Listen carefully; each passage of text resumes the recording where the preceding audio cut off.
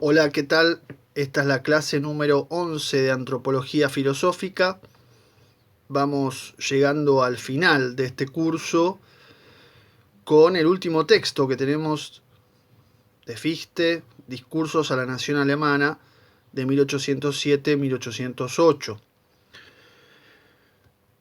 En cierta medida hay que señalar que pegamos un salto respecto de lo que veníamos viendo, que son o que es o que fue específicamente ese pasaje o esas páginas del destino del hombre, hacia un texto que es bastante posterior, unos cuantos años, que tiene además un contexto muy específico y que en nuestro programa original, recortado este año para eh, a llegar a tiempo y tratar, digamos, de ir a lo fundamental, tenía un pase o un paso, digamos, por una obra que Fichte menciona al comienzo de estos discursos como continuación de la misma, que son los caracteres de la edad contemporánea de 1804-1805.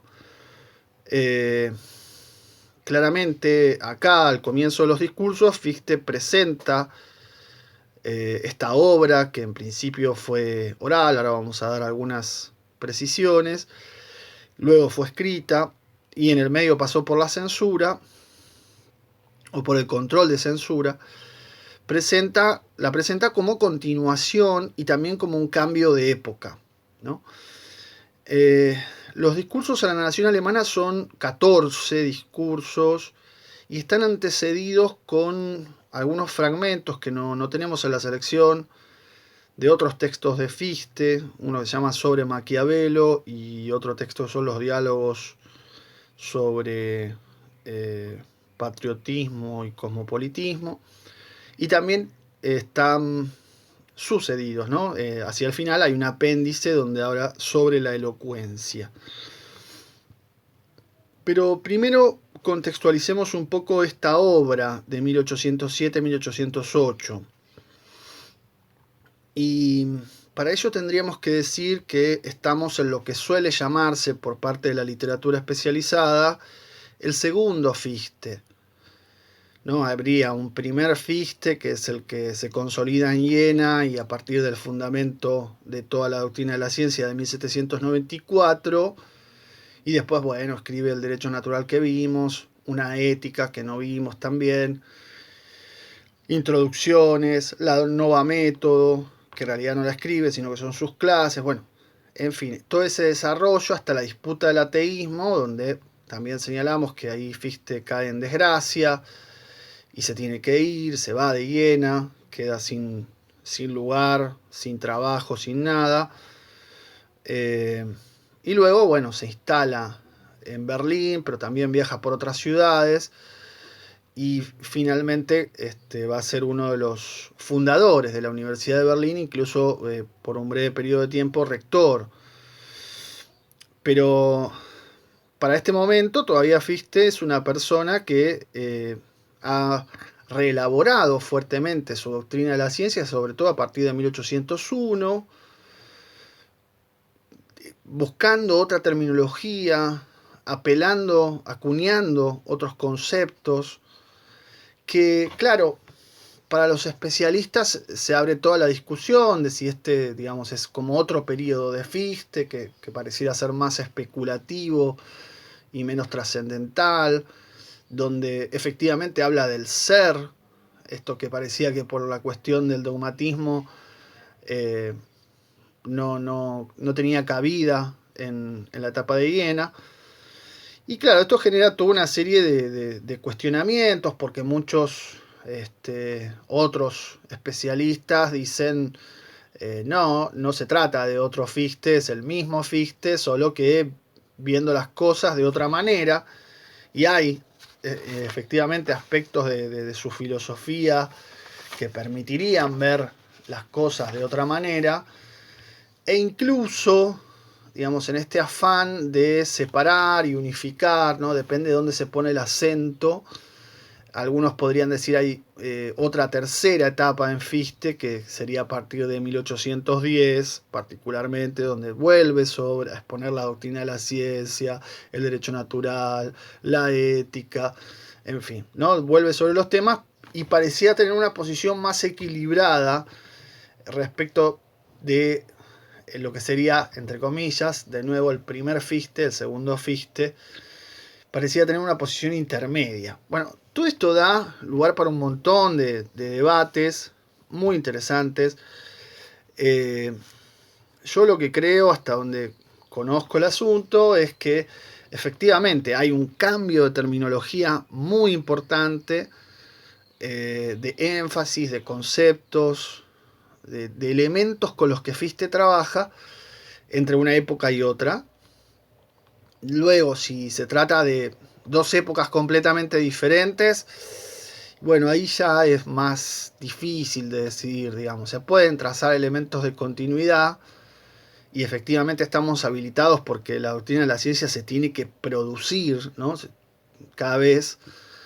Y entonces, en ese sentido, habría que renovar la terminología permanentemente en una suerte de devenir, pero al mismo tiempo buscarle tantos visos de continuidad tiene algunos problemas, como por ejemplo tratar de reducir una posición a otra, esto es bastante habitual, o incluso diría también otro gran problema que parece difícil de resolver es no apreciar la diversidad de pensamientos que incluye la evolución de un filósofo, en este caso Fichte en general, pero digo, no poder apreciar la problematización que ese filósofo ha llevado adelante, incluso a veces contra o a pesar de sus propias posiciones, ¿no? Entonces creo que la posición más holista, continuista, bueno, tendrá la ventaja de poder presentarnos un Fichte unificado,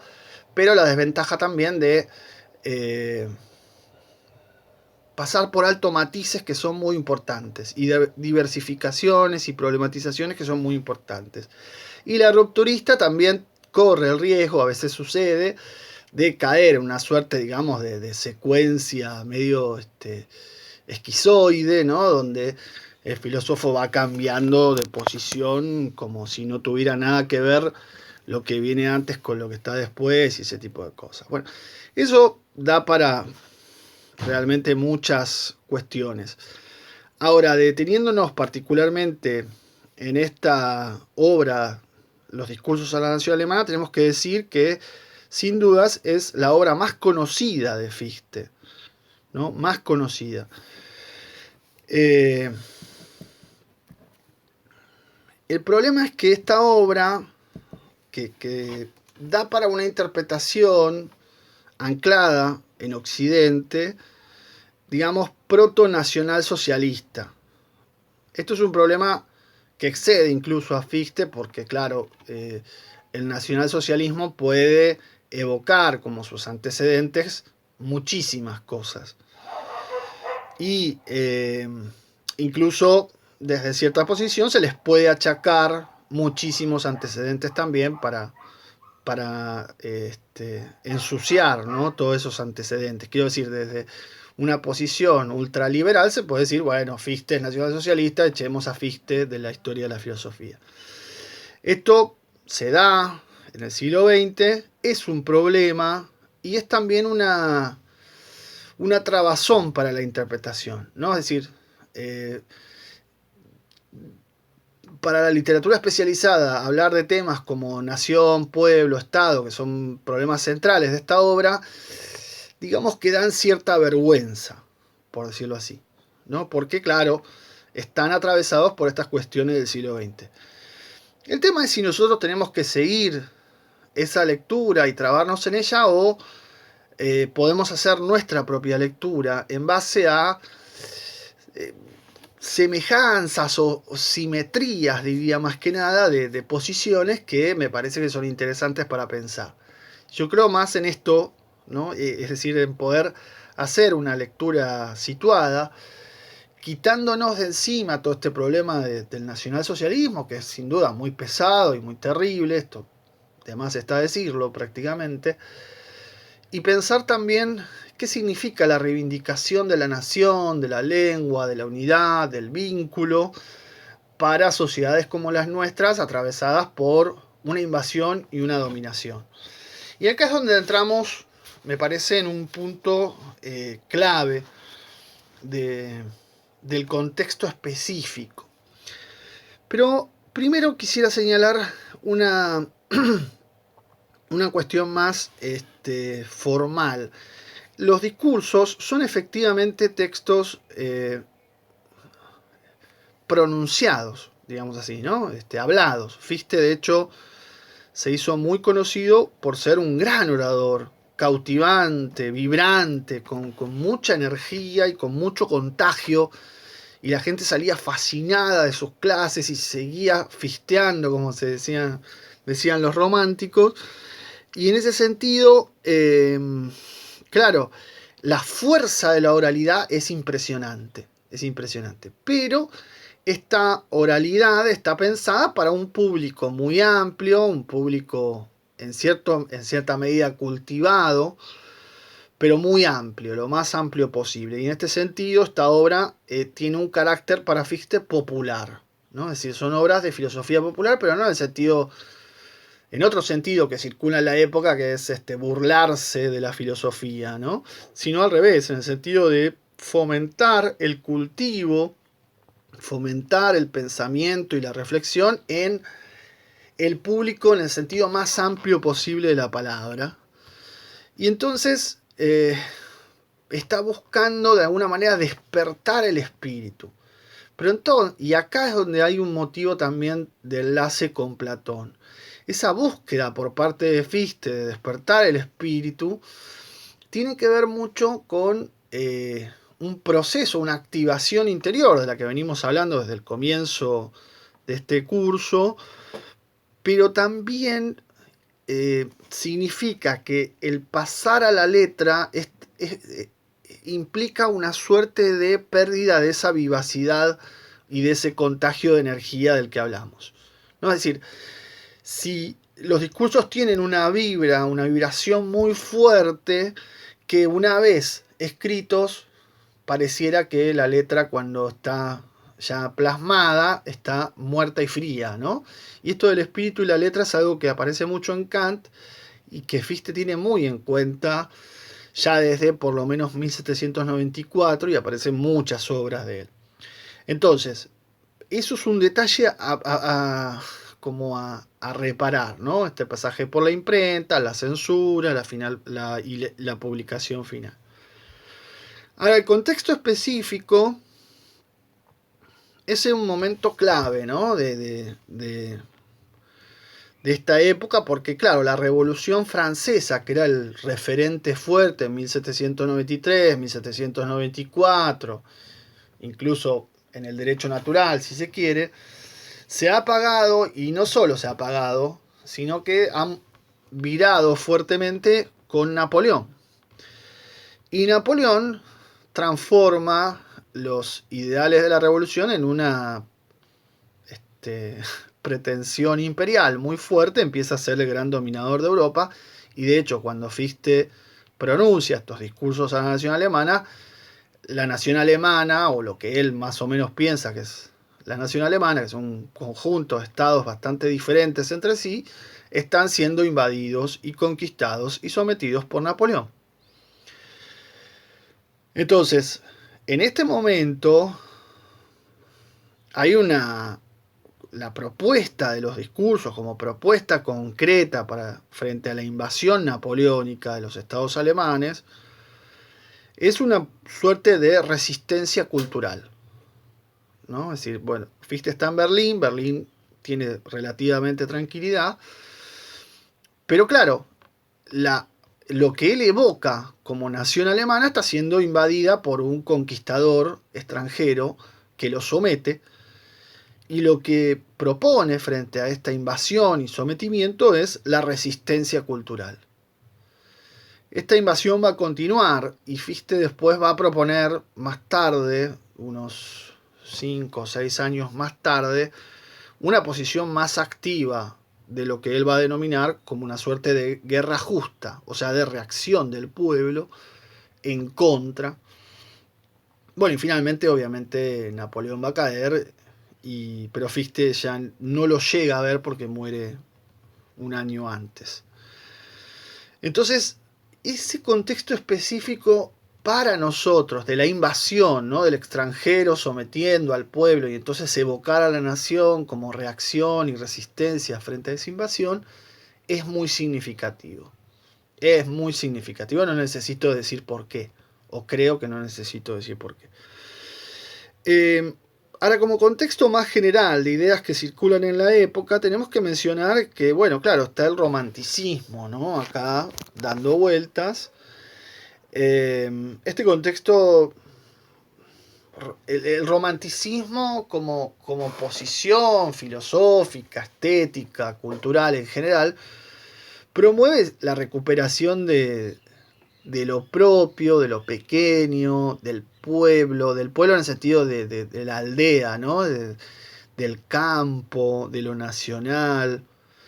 Y en ese sentido, esta obra se marca mucho de esos conceptos que andan dando vuelta, quizás no con el mismo significado, ¿no? Porque vamos a ver que Fichte efectivamente habla del pueblo, y cuando se habla del pueblo siempre hay que ver de qué se habla. De hecho, es un significante bastante difícil de determinar. Pero también un gesto típicamente romántico que aparece en esta obra, que es muy fuerte, es la evocación del pasado, o de un pasado idealizado, si se quiere, construido argumentativamente para, de alguna manera, iluminar cuál es el futuro a seguir. Entonces, ese es un esquema de pensamiento fuertemente romántico, en este caso anclado en una unidad o identidad nacional que hay que reivindicar para la construcción de un nuevo orden social, digamos, y político.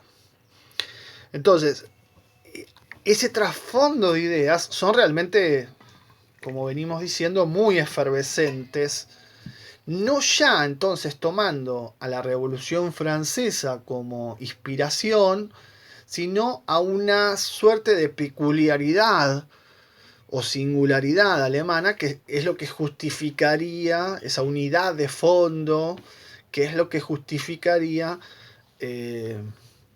la resistencia en este caso, o la toma de la acción directamente, el paso hacia la acción en función de la liberación. Todos estos conceptos son realmente para nosotros, desde esta parte oprimida del planeta, Latinoamérica, son muy significativos. Entonces, dentro de la obra de Fichte, podemos decir que el tema de los discursos a la nación alemana, y particularmente la nación alemana, perdón, el concepto de nación, cobran una relevancia fundamental. Es decir, Fichte habla de nación en otros pasajes antes de este texto, pero no con este nivel de énfasis que lo va a hacer acá. Es decir, no con tanta fuerza como efectivamente habla en esta obra. La nación es la clave en este punto para impulsar la realización de un Estado perfecto o absoluto o racional, por lo menos, si se quiere. Entonces, por supuesto que en el problema de la nación trae consigo otros temas que no son menores, ¿no? Vamos a ver una exaltación muy fuerte en esta obra al patriotismo. Quizás no la vamos a ver en específico por el recorte que hacemos, pero la mencionamos, ¿no? Hay una exaltación al patriotismo. Y esto entra en tensión, o entraría, mejor dicho, en tensión con el cosmopolitismo, ¿no? Es decir, exaltar lo nacional pareciera ir en contra de pregonar una suerte de unidad cosmopolita. Bueno, esta tensión está presente en otras obras de Fichte, y por supuesto en esta misma, en estos mismos discursos. Y otro aspecto a tener en cuenta, que de nuevo aparece en otras obras de Fichte, de hecho hemos señalado un pasaje muy específico del derecho natural donde aparecía, pero en ninguna, a mi entender, aparece como acá, es el tema de la educación, ¿no? La centralidad de la educación y la especificación de lo que él va a llamar, lo que Fichte va a llamar un plan educativo, que consiste en llevar adelante una nueva educación. Y el simple entender que la educación es clave en la fundación, digamos así, de la nación, esto es novedoso. Por lo menos en Fichte, todos los signos que había estaban como muy escondidos. El lugar que tiene acá es realmente central, brillante, válido por sí mismo. Y eso también nos interesa. Eso también nos interesa para pensarnos nosotros culturalmente. Bien, entonces, tratando de redondear una presentación que, como ustedes saben, siempre me extiendo más de lo recomendable. Conceptos fundamentales de los discursos a la nación alemana son, en primer lugar, si ustedes me preguntan, diría el tema de la educación. Es el primero que aparece y el que nos vamos a dedicar porque es un tema fundamental del primer discurso. Pero luego, y también en relación con la educación, aparece el tema del pueblo. El tema del pueblo es muy fuerte en esta obra porque uno podría romantizar el pueblo y creer que Fichte habla siempre bien del pueblo. Sin embargo, hay pasajes donde no habla bien del pueblo. O mejor dicho, en algunos pasajes habla bien y en otros habla mal. Con lo cual, romantizarlo no me parece una vía muy conducente, digamos así. Pero pueblo, sin duda, es una categoría central de esta obra. Decíamos y anticipamos también, no solo por el título, sino por el desarrollo, el concepto de nación. El concepto de nación es sumamente central y nación va a estar asociada muy débilmente con el tema del suelo, lo que podríamos decir la unidad territorial, y mucho más intensamente con el tema de la lengua, que es otro gran tema que aparece en esta obra. Que por supuesto los podemos pensar en influencia o bajo la influencia de Herder, pero que de alguna manera son temas que por lo menos Fichte le da una relevancia fundamental. Y por último, diría como paquete de conceptos fundamentales, el tema de la filosofía y la vida. Y esto sí nos vamos a detener. Porque en definitiva, la unidad de la nación no se logra ni por compartir un mismo territorio o lugar, ni por compartir un lenguaje incluso, sino que la unidad de la nación, y esto es extraordinario, créanme, es extraordinario, la unidad se da por la formación espiritual, y ahí es donde aparece la educación, y en última instancia por la posición filosófica. Es decir, lo que unifica, lo que singulariza a una nación es la filosofía. Y por supuesto, todos estos elementos, educación, pueblo, nación, vida, filosofía, formación espiritual, van a confluir en un tema que no desarrollamos, pero que también aparecían los caracteres de la edad contemporánea, que es el tema del Estado, ¿no? El Estado entendido en el sentido fichtiano como un Estado racional, perfecto o absoluto, que es el que hay que construir, ¿no? Y que contrasta fuertemente con el Estado real, fáctico, a medias, sumamente debilitado, del cual también incluso en esta obra va a hablar negativamente Fichte, ¿no? Bien, este es el panorama general. Bien, bueno, vamos ahora al texto que tenemos seleccionado, en particular el discurso 1. Vamos a comenzar por el primer discurso, obviamente. Después tenemos también para ver el discurso séptimo, que es probablemente el momento más medular, a mi entender, de esta obra de Fichte. Pero comencemos por el discurso primero. Como verán, Fichte hace un diagnóstico de la época, ¿no? Es decir, los discursos a la nación alemana son una suerte de continuación, pero podríamos decir contraste también, respecto de los caracteres de la edad contemporánea. Esto es lo que dice en el primer párrafo del discurso 1, ¿no? Es una continuación de esa obra, los caracteres de la edad contemporánea, acá traducidos como características fundamentales de la época actual. Bueno,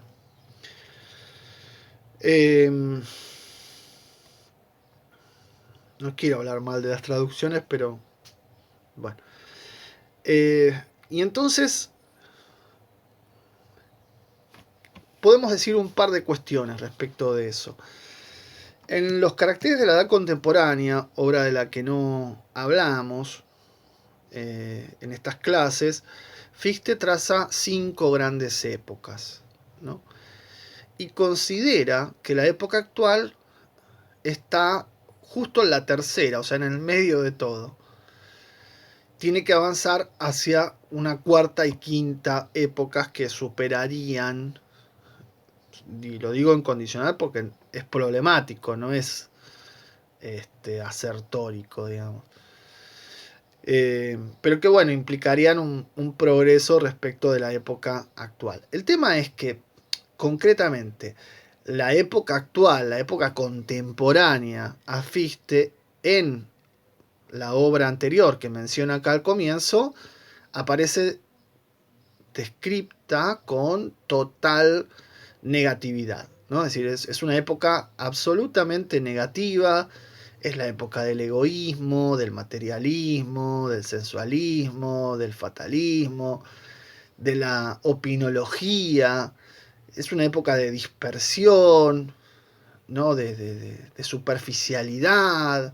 Bueno, hay toda una serie de caracterizaciones que son sumamente negativas. Y de pronto uno comienza a leer este texto y se encuentra con un diagnóstico completamente distinto.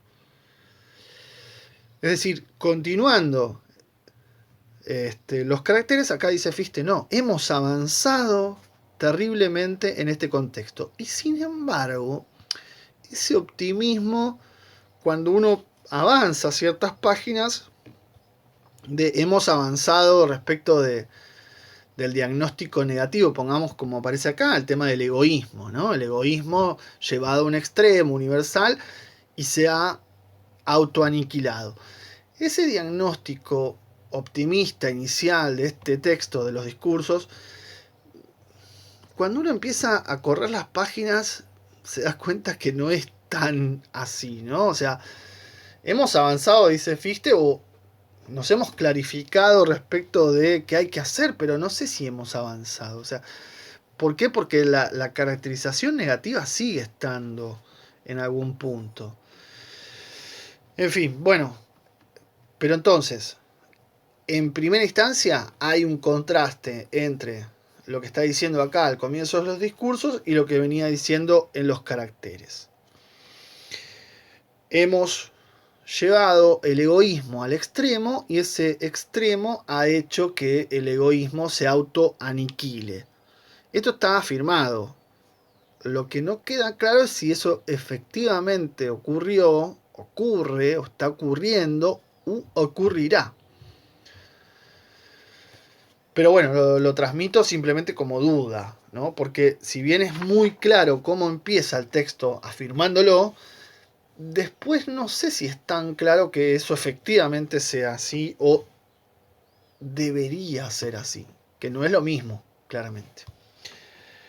Bien, entonces, para tratar de comprender y para tratar de transformar la época actual, ¿no? Estos discursos populares, como venimos insistiendo, tienen para Fichte siempre una meta o una función transformadora de la realidad, ¿no? Es decir, que él quiere intervenir en el espacio público para transformar las cabezas, para transformar la realidad, no solamente para dar lugar a su capacidad oratoria, digamos.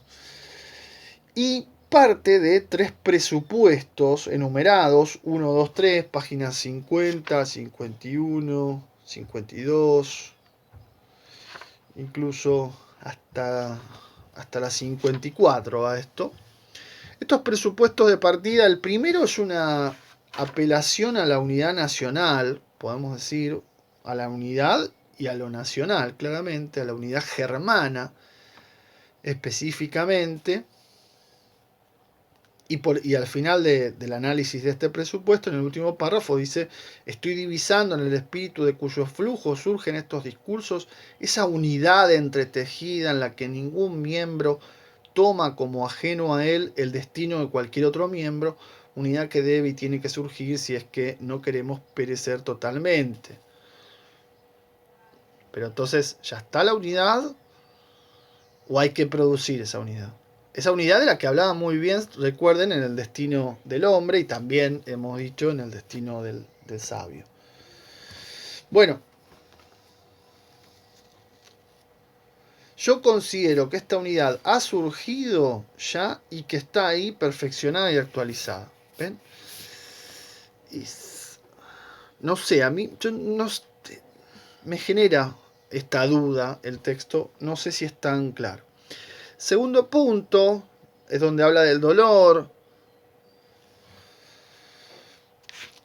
Básicamente, ¿para qué? Para decir, bueno, no nos enganchemos tanto con el dolor, sino que tenemos que reflexionar por nosotros mismos, ¿no? No podemos esperar que otro nos reflexione, ¿no? Que otro nos piense en nuestra realidad y nos plantee perspectivas para transformarla. Entonces dice, voy a exigir cierto grado de reflexión. El tercero es la cuestión de la verdad, ¿no? Entonces, y es interesante acá porque lo que dice es que hay que querer ver la verdad. La verdad está ahí.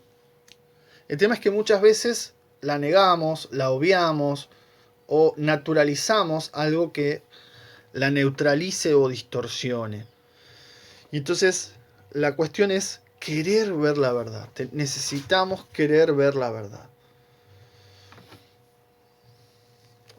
Cierra este punto, este primer momento, digamos así, del discurso 1, en la página 54, con el segundo párrafo, donde introduce un nuevo tema, que es el tema de la visión general de los discursos a la nación alemana. Una suerte de panorámica. Y acá es donde aparecen estos conceptos que mencionábamos, ¿no? Es decir, esta época es el final de una época anterior y el comienzo de una nueva época. Es una situación bisagra. El final de la época anterior significa la autoaniquilación del egoísmo, que no es ni más ni menos que el llevar el egoísmo hasta sus últimas consecuencias. Esta aniquilación significa al mismo tiempo el nacimiento de un mundo nuevo, una vida nueva o una nueva época. El problema es que el desarrollo del egoísmo está pleno en la actualidad. Entonces, de nuevo, uno no entiende si acá esta época está gestándose o ya está, digamos, ¿no? El egoísmo, dice en el anteúltimo párrafo de la 54, aparece en su más alto grado de desarrollo cuando, una vez que ha llegado, con excepciones insignificantes, a la totalidad de los gobernados. Fíjense, el egoísmo empieza por abajo. Que claro, porque y tiene su lógica que empiece por abajo, que es el espacio de horizontalidad jovesiano, ¿no? Como estamos en paridad, ahí nos peleamos. porque cada uno se considera mejor que el otro y entonces se potencia la enemistad de todos contra todos. Y llega hasta arriba. Entonces es raro este pasaje, este párrafo, porque claro, cuando el egoísmo partiendo de abajo, o sea, del pueblo, que va a decir depravado, ¿no? Un pueblo puede depravarse por completo, estoy ya en la página 55, es decir, ser egoísta, pues el egoísmo es la raíz de todas las demás depravaciones, no obstante puede no solo existir, sino también incluso hacer acciones aparentemente brillantes, solo con que su gobierno, o sea, su conducción, no esté depravado. Pero el problema es que cuando está en la cosa depravada de abajo y termina corroyendo, ¿no? Termina depravando por completo incluso a la conducción, o sea, al gobierno, se genera un estado absolutamente débil. Obviamente, lo que cae es la comunidad, ¿no? Y la comunidad es acá el ser común. Estoy en la 55. Ese ser común es lo que se destruye con el egoísmo atravesando todos los niveles de la sociedad.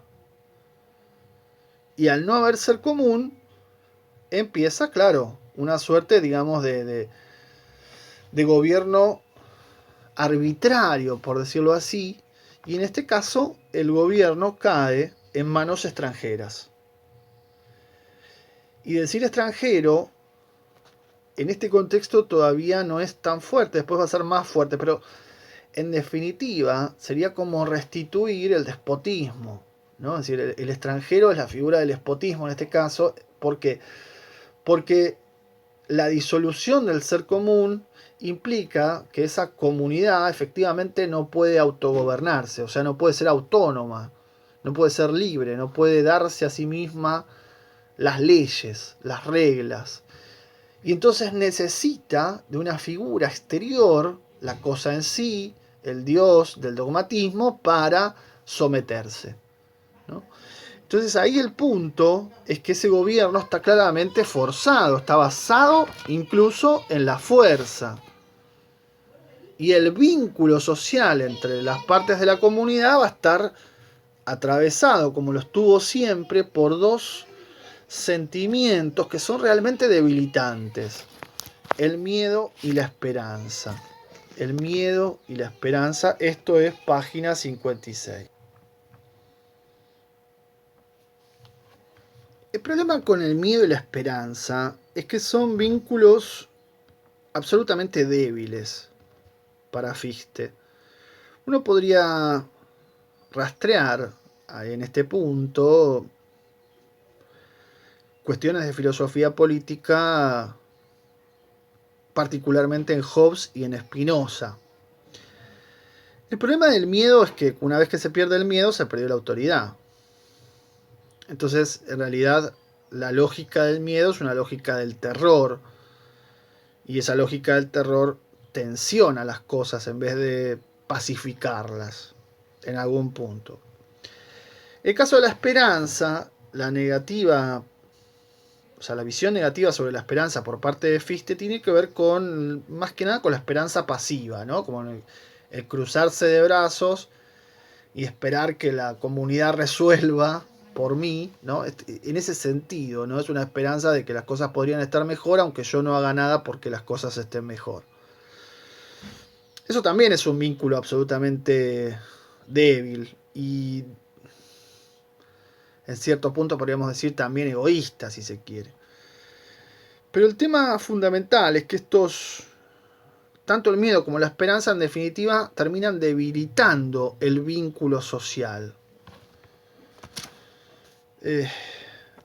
Y no solo debilitan el vínculo intersubjetivo. Acá hay un pasaje muy interesante, la página 56, abajo de todo, donde dice: estos fueron pues los vínculos que hicieron que al deshacerse de ellos mismos se hundiese el Estado, ¿no? O sea, Al romperse el vínculo social se hundió también el Estado y en nota por la censura tuvo que corregir y poner comunidad, que es Gemeinwesen, como sinónimo de Estado. El punto ahí entonces es que hundido el vínculo social se hunde todo. Y hundido todo se pierde la fuerza comunitaria. Y entonces surge, con el miedo y con la esperanza, el tema de un gobierno más fuerte. O sea, el dominador se vuelve más fuerte respecto del dominado. Es decir, el miedo y la esperanza favorecen la dominación. Por lo tanto, para Fichte hay que buscar un nuevo vínculo, hay que generar, producir un nuevo vínculo comunitario. Y ese vínculo es moral, no moralista, diría, es moral. Y lo extrae de algo que podríamos decir surge espontáneamente, ¿no? Que es el impulso de aprobación o de reprobación frente a determinadas acciones que uno contempla. Hay acciones que aparecen aprobables, digamos así, y otras reprobables en un sentido moral. Y esto lo tenemos. Esto forma parte de nuestra vista interior espiritual, ¿sí? Pese a que quizás tengamos un panorama sombrío, negativo, distorsionado, donde creamos, digamos, donde nos lleven a creer que ciertas acciones son buenas cuando no lo son y ciertas acciones son malas cuando no lo son, pero si conectamos bien con esta visión interior, podremos juzgar de una manera más prístina lo que acontece en el entorno.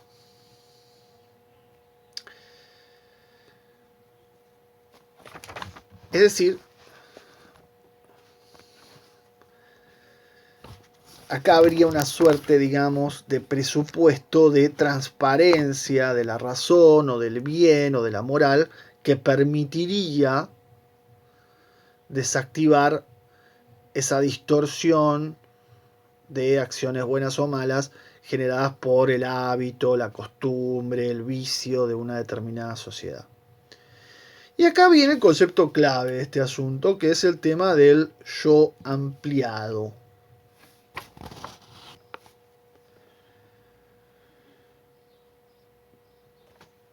Fíjense cómo viene el asunto acá, ¿no? Puede haber una vista interior, entonces, que frente a acciones del entorno que sean desordenadas, confusas, indignas, deshonrosas, le cause un cierto dolor, rechazo, repugnancia. Y después de esta larga oración, dice en la 57 abajo, última oración, dice Fichte, para el individuo poseedor de tal vista interior, ¿no? Espiritual, el problema de la totalidad circundante está unido de manera inseparable por medio del sentimiento impulsor de la aprobación o reprobación al problema de su propio yo ampliado. Tema que señalamos ya en el destino del hombre, ¿no? Esta idea de pensar el yo no como anclado a la individualidad, hemos visto, sino que ya en el derecho natural, por la exhortación, el reconocimiento, la trabazón, la influencia recíproca, ese yo en realidad estaba entramado entre muchos otros, digamos, valga el entre. Entonces acá hablamos de un yo que en realidad es un nosotros, claramente. Esto no es monopolio de Hegel, sino está claramente también acá en Fichte. Cuando habla de yo, está pensando en nosotros, claramente, en un nosotros, la conformación de un nosotros. El cual solo se reconoce a sí mismo formando parte del todo. Esto también es muy tono con lo que decía en el derecho natural. Y solo se tolera dentro de un todo complaciente, ¿no? Es decir, solo va a sentirse bien si efectivamente ve el bien fuera de sí, ¿no? Nadie puede ser feliz en un pueblo triste. Esa es una porquería, ¿no? Si alguien hace eso. De este modo, para una nación que ha perdido su autonomía y con ello su influencia en el temor y esperanza públicas, la educación sería un medio seguro para conseguir tan sentido de la vista, esta vista interior, y además el único que le quedaría para poder elevarse de nuevo a la existencia, ¿no? Bla, bla, bla. Es decir, la educación clave en todo esto va a ser la que va a tratar de generar un yo completamente nuevo, ¿no? Un yo nacional y generalizado, ¿no? Universal. Y entonces la clave va a estar en educar a la nación. Y generar con esta educación de la nación una vida completamente nueva. Y entonces, dice Fichte, estoy proponiendo un cambio radical en la educación. Una educación completamente nueva. Eso es lo que nos va a garantizar, digamos así, diría Fichte, el renacimiento de la nación. Y podemos decir también la salvación de frente a esta situación de hundimiento que diagnostica acá. Ahora bien, la educación nueva se contrasta fuertemente con lo que él llama la educación pasada o la educación vigente hasta ahora o la educación antigua, que tenía algunos rasgos específicos. Particularmente, la educación anterior es una educación, por un lado, superficial, no va a la raíz profunda de las cosas, de la formación, y por otro lado, es para pocos. Entonces, la nueva educación va a tener que ir al fondo de la cuestión. ¿Autoritarismo? Bueno, para pensar. Y para todos por igual. Esto sí, igualitarismo, no hay ninguna duda. No puede haber una educación para ciertos sectores cultos, ricos, poderosos, y otra para sectores no cultos, pobres y débiles. Generalmente esto en la historia de la pedagogía es formación intelectual para los primeros, formación manual para los segundos. Fichte está totalmente en contra de esto y diría muy a sintonía, va a plantear lo mismo un siglo después y un poco más también, Antonio Gramsci, ¿no? Pero bueno, esos son temas de otros de otros lares, de otros cursos, digamos. Ahora, esta educación nueva que vaya a la raíz de la cuestión, dice Fichte, ya existe. No hace falta ni siquiera inventada, ya está inventada esta educación. Y el gran referente de esta educación va a ser Pestalozzi, ¿no? Pestalozzi, a quien Fichte conoció ya en 1794, tuvo un vínculo interesante, y que va a reivindicar y también va a criticar en otro de los discursos más adelante, pero bueno, va a recuperar ciertos aspectos, va a criticar otros, pero de alguna manera exalta su figura y podemos decir es más un abrazo amigo que un abrazo, que un salvavidas amigo de hierro, digamos así, con Pestalozzi. El punto es que no puede haber escisión de clases en esta nueva educación. No puede haber una clase culta y una clase inculta. Incluso Fichte llega a afirmar acá en la página 61 que el verdadero progreso, la verdadera formación de la nación alemana hasta ahora, y esta frase se repite, no aparece solo acá, aparece más adelante también, ha venido del pueblo. Y entonces acá uno frena y dice, pero ¿cómo? Antes era la fuente de depravación, ahora todos los progresos vinieron del pueblo, o sea, de abajo. O sea que hay una reivindicación de golpe, ¿no? Y incluso ese pueblo que fue capaz de formarse prescindiendo de las clases cultas, o a pesar de, o en contra, con alpargatas. Esto es muy interesante también, porque da lugar para otro tipo de cuestiones.